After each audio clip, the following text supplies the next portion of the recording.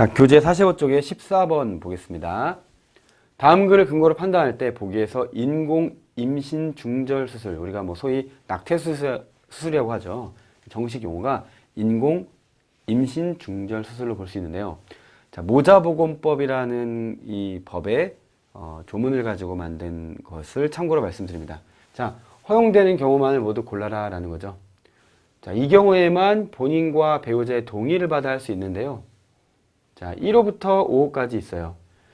이 문제 또한 다분히 상식적인 부분으로 풀 수 있지 않을까 생각을 할 수 있고, 자, 중요한 부분은 오히려 어디가 중요하다 볼 수 있냐면, 이 전체 체계를 보시면 체계가 이렇게 두 개로 되어 있죠. 법이 나와 있고, 자, 법에 대한 시행령이 나와 있어요.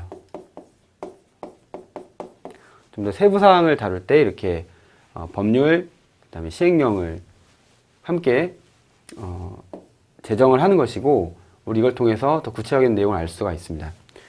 자, 어떤 걸 빨리 봐야 되냐면, 자, 이런 24주일 이내다, 그 다음에 실종, 그 풍진, 자, 이런 단어들이 결국 선지랑 연결이 된다는 것이죠.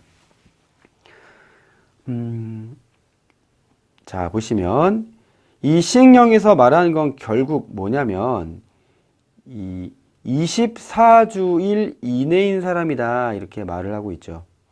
자, 그러니까 그 말은 어떻게 볼 수 있냐면 아무리 사안이 있어도 24주일이 넘어가면 네, 이거를 뭐 이내라고 했으니까 이상 해볼게요. 네, 이내라는 것은 미만 이런 의미겠죠. 네. 근데 요 24주일 넘어가 버리면 그러니까 6개월이 넘어가는 거죠. 6개월이 넘어가면 할 수 없다는 거예요. 그러니까 6개월 이내에만 그것도 어떤 요건을 충족했을 때 인공 임신 중절 수술을 할 수 있다라는 것입니다. 우리가 상식적으로도 알아둘 필요가 있습니다. 자, 그래서 요 숫자가 정말 중요한 거예요. 요 숫자 때문에 우리는 어떻게 볼 수 있냐면 니은을 빨리 볼 수가 있죠. 자, 풍진이라는 게 분명히 나와 있어요. 하지만 24주일 이내여야만 됩니다. 자, 그러니까 풍진에 28주일이라고 하게 되면 어때? 해당 사항이 없는 거죠. 그러니까 이 밑에 선지 구성상 니은을 다 지워버리시면 1번, 3번, 5번이 지워지고 답은 2번, 4번이니까 실전이라면 자, 니은 본 다음에 기억 니은은 안 봐도 되는 거죠. 니은이 틀렸으니까.